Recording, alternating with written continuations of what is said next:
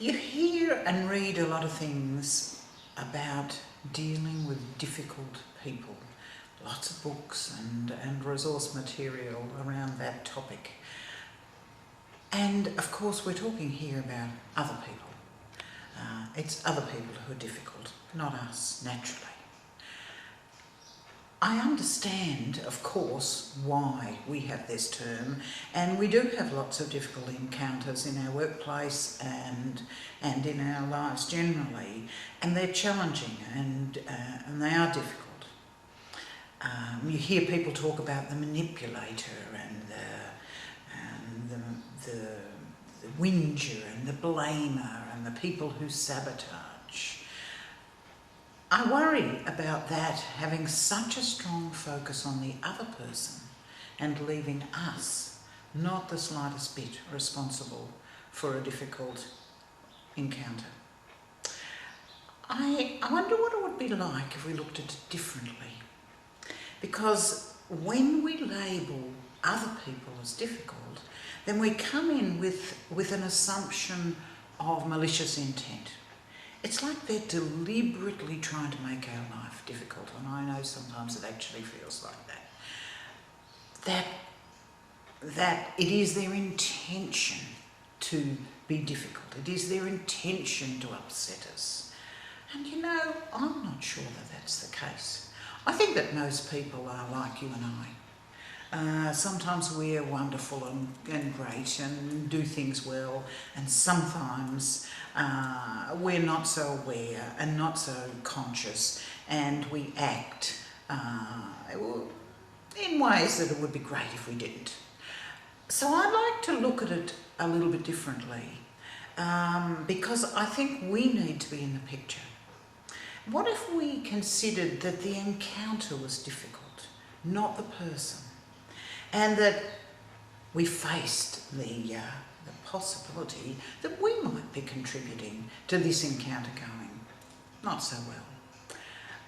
That puts a different light on it. We see the encounter as difficult, and we want to deal with that encounter in the best ways that we possibly can.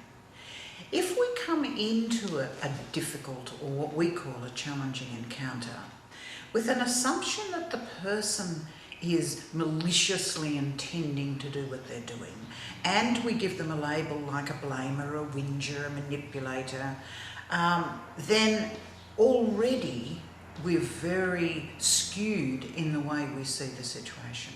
If we come into a challenging encounter seeing that this encounter's not going well, I wonder what I'm doing to contribute to it, and I wonder how I could behave differently in a way that might be more helpful to that encounter going well. And if we came into it with an assumption of goodwill, this person's not just trying to make my life difficult. This person is having difficulty expressing themselves. This person's got negative feelings about something. This person's upset or angry or hurt or unhappy. And we tried to listen to what's underneath this thing that we might label as whinging or blaming. What's actually going on for that person? And with our assumption of good intent, not bad intent, malicious intent, we started by trying to concentrate on listening. What's underneath what they're trying to say? What's the basic essence of the message that they're trying to get across? Yes, I wish they were speaking a little bit differently, and I wish they weren't whinging so much. However, what's their message? And then I really, really listen to that. Then already I'm going to shift that encounter, because that person is going to start feeling, oh, the thing that's really getting to me, this person's hearing it. And I can let them know that I hear that. That doesn't mean to say I have to agree with them, of course. But already we're going to shift that dynamic, and that encounter is not going to be so challenging.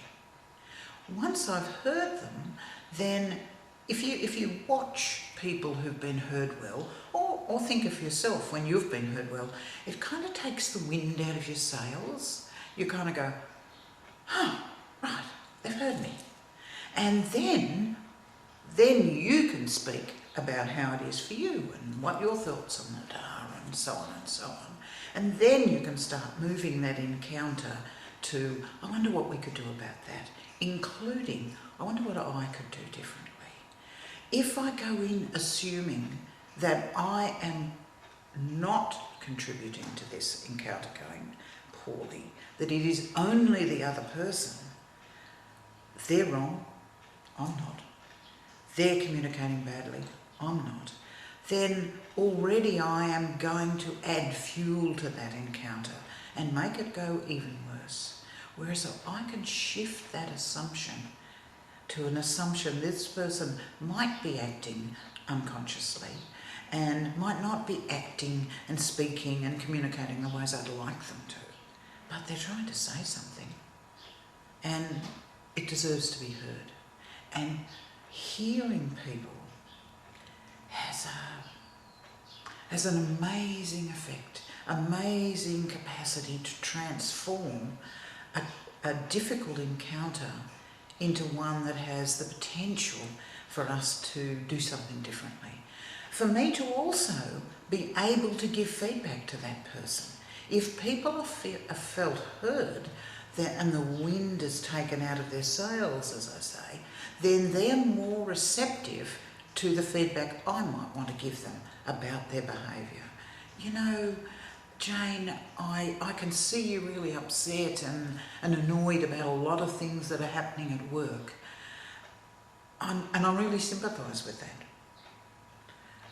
However, I find it difficult sometimes because it seems to me you talk a lot about how things are not going well, and I'd love us to talk about what we can do about it. We might shift the encounter. And if we don't, then at least I'll go away feeling that I've contributed to it to the best I can. So I invite you to, as difficult it is to see, to shift our thinking about difficult people to difficult encounters, challenging encounters in which we too have a contribution to make to it not going well and to it going well. So I'm asking us to shift our thinking. There are not difficult people. People are mostly no more difficult than we can be, but there are challenging encounters. Let's have a go at hearing each other.